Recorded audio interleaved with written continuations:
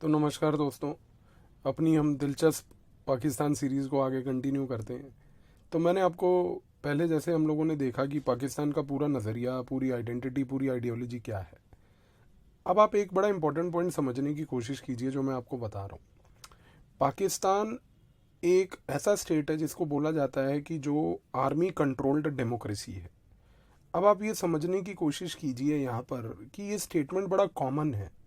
हम इसको बहुत ऑफन सुनते भी हैं। हमारे strategic experts, foreign policy experts, retired diplomats, security officials वगैरह ये शब्दों का प्रयोग करते हैं। हम लोग अपने सिक्योरिटी इश्यूज़ की पढ़ाई में भी ये बात बोलते हैं कि पाकिस्तान जो है एक आर्मी कंट्रोल्ड डेमोक्रेसी है।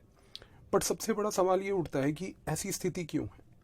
इसके दो तीन कारण हैं। सबसे पहला कारण ये है दोस्तों कि जो पाकिस्तान का स्टेट है, इस स्टेट में जो फॉरेन पॉलिसी है, डिफेंस पॉलिसी है और न्यूक्लियर पॉलिसी है, ये जो तीन डायमेंशंस हैं, ये तीन ऐसे डायमेंशंस हैं जिसके ऊपर पाकिस्तान की आर्मी का टोटल कंट्रोल है। देखिए, पाकिस्तान में एक सिविलियन पॉलिटिकल लीडरशिप हमेशा होती है। पाकिस्तान में इनफैक्ट इलेक्शन भी होते हैं और इलेक्शन के बाद वहाँ पर एक प्राइम मिनिस्टर का सिलेक्शन भी होता है। मैं शब्द सिलेक्शन का प्रयोग कर रहा हूँ, इलेक्शन का नहीं कर रहा हूँ, क्योंकि इलेक्शन वहाँ पे एक मिसनोमर है। वहाँ पर प्राइम मिनिस्टर जब सिलेक्ट हो जाता है और उसके सिलेक्शन होने के बाद अगर आप ध्यान से ऑब्जर्व करें तो हमें एक चीज़ देखने को मिलती है कि प्राइम मिनिस्टर होने के बाद भी पाकिस्तान में उस स्टेट के अंदर वहाँ की जो आर्मी है कभी भी पॉलिटिकल लीडरशिप को फॉरेन पॉलिसी पे, डिफेंस पॉलिसी पे और न्यूक्लियर पॉलिसी के ऊपर कंट्रोल करने के लिए आने ही नहीं देती है। वो हमेशा इन तीन डायमेंशंस पे आर्मी अपना टोटल कंट्रोल बना के रखती है। अब सबसे दिलचस्प बात सोचने की ये है कि आर्मी में इतना डिस्ट्रस्ट सिविलियन लीडरशिप को लेके पहली बात तो क्यों है। आर्मी का डिस्ट्रस्ट इसलिए है क्योंकि आर्मी जो है पाकिस्तान की, उसके मन में एक आशंका है, एक फियर है कि कहीं ना कहीं अगर ये तीन dimension, foreign policy, defence policy और न्यूक्लियर पॉलिसी, इनमें से कोई एक डायमेंशन अगर सिविलियन पॉलिटिकल लीडरशिप के पास चला जाता है तो कहीं ना कहीं आर्मी का स्टेटस को डिस्टर्ब होगा। पिछले कई वीडियोस में मैंने आपको एक बात बताई कि पाकिस्तान हमेशा ये बात बोलता है कि Kashmir is an unfinished business of partition.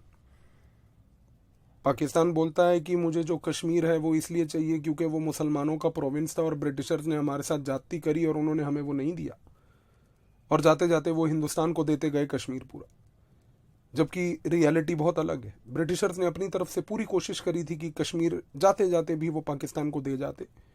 In fact जो माउंटबेटन का अटेम्प्ट था कि कश्मीर का मसला आखिरी मोमेंट तक यूएन में उठे, वो खुद एक स्ट्रैटेजी थी ब्रिटिशर्स की, जिससे कि वो चाहते थे कि ये मसला अगर इंटरनेशनल लेवल पे रहेगा तो पाकिस्तान को हम लोग अमेरिका के साथ मिलकर बैक एंड सपोर्ट देते रहेंगे।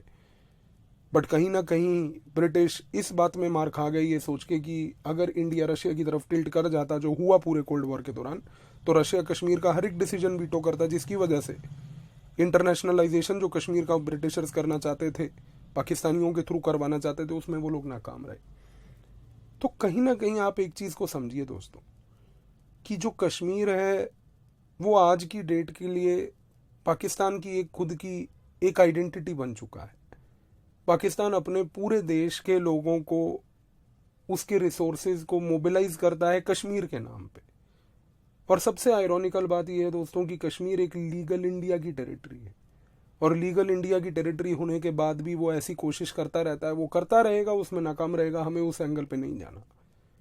लेकिन एक चीज़ सोचिए, पाकिस्तान की आर्मी सारे स्टेट के रिसोर्सेज को गार्नर करती है और गार्नर करके कश्मीर के खिलाफ उन रिसोर्सेज का प्रयोग करती है। पाकिस्तान की आर्मी, मैंने आपको पिछले कई वीडियोस में बताया कि वो आइडेंटिटी स्टेट की ऐसे बना चुकी है कि वो बार बार अपने स्टेट के लोगों को ये बात बोलती है कि अगर हमें लड़ना है तो हमें कश्मीर के लिए लड़ना है, क्योंकि जब तक कश्मीर हमारे पास नहीं होगा पाकिस्तान इनकम्प्लीट है। अब इस स्थिति में एक बात को समझिए कि इस स्थिति में अगर पाकिस्तान की आर्मी फॉरेन पॉलिसी का ये कश्मीर का मुद्दा अगर वो सिविलियन पॉलिटिकल लीडरशिप को दे देती है और अगर सिविलियन पॉलिटिकल लीडरशिप भारत के साथ एंगेज करके कश्मीर के मसले का हल निकाल लेती है, तो इससे पाकिस्तान की आर्मी का स्टेटस को डिस्टर्ब होगा या नहीं होगा? आज की डेट में जो पूरा पाकिस्तान की आर्मी कश्मीर के नाम पे स्टेट के रिसोर्सेज को गार्नर करके लोगों के डेवलपमेंट को डिप्राइव कर रही है पाकिस्तान में, क्या उससे उसका स्टेटस को अफेक्ट होगा या नहीं होगा? बिल्कुल होगा।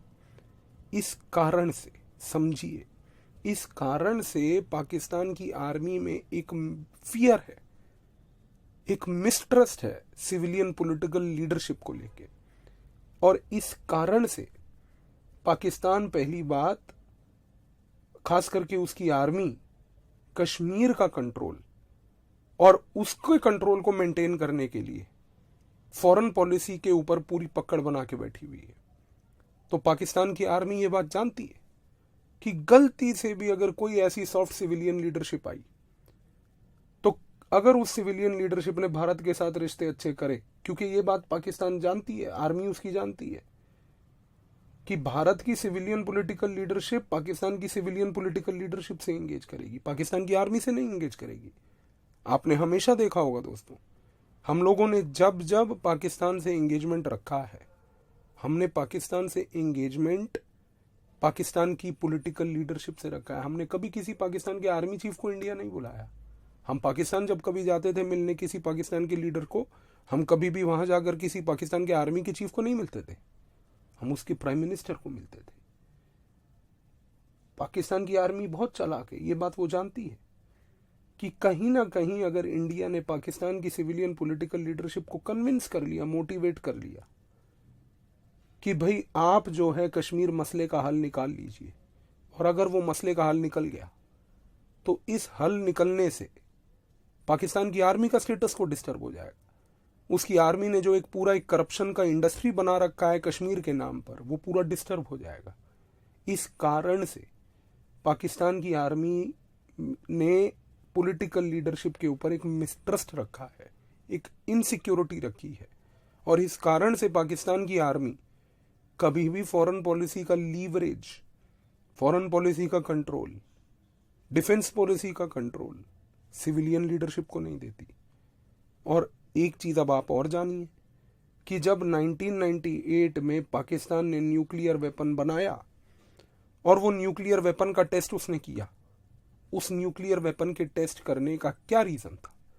उस न्यूक्लियर वेपन के टेस्ट करने का रीजन ये था कि वो वेपन के थ्रू पाकिस्तान को न्यूक्लियर वेपन मिल जाए एक शील्ड की तरह, जिस शील्ड के अंदर बैठ के वो इंडिया के साथ जिहाद करता रहे। तभी तो हम कहते हैं कि जो पाकिस्तान का न्यूक्लियर वेपन है, it is a shield for Pakistan to do जिहाद अंडर द न्यूक्लियर अम्ब्रेला। क्यों ये बोला जाता है?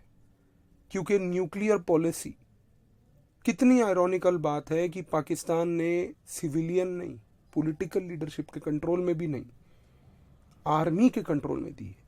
और कंपेयर करके देखिए इंडिया के केस में, हमारी पूरी न्यूक्लियर पॉलिसी आर्मी के कंट्रोल में नहीं, सिविलियन पॉलिटिकल लीडरशिप के कंट्रोल में है। ये फर्क है। तो कहीं ना कहीं आप इस चीज को अब आप समझ गए हैं कि जब हम ये बात बोलते हैं कि Pakistan is an army controlled democracy, तो ये शब्द का प्रयोग क्यों किया जाता है?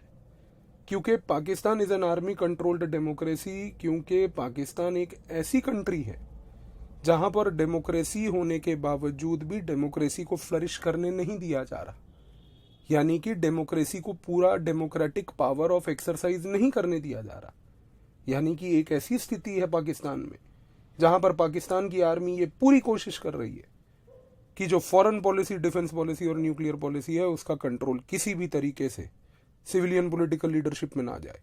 इसीलिए कितनी सरप्राइजिंग बात है दोस्तों कि अगर आप कभी लाइफ में पाकिस्तान के न्यूज़पेपर्स को 6 महीने पढ़ेंगे, आप एक बड़ी आयरॉनिकल चीज ऑब्जर्व करेंगे वहां पर कि पाकिस्तान के न्यूज़पेपरों में पाकिस्तान का आर्मी चीफ एक बहुत बड़ा हीरो के तहत दिखाया जाता है, और पाकिस्तान का आर्मी चीफ इतना बड़ा हीरो दिखाया जाता है कि at times he is bigger and he is shown as a larger than life than the prime minister also.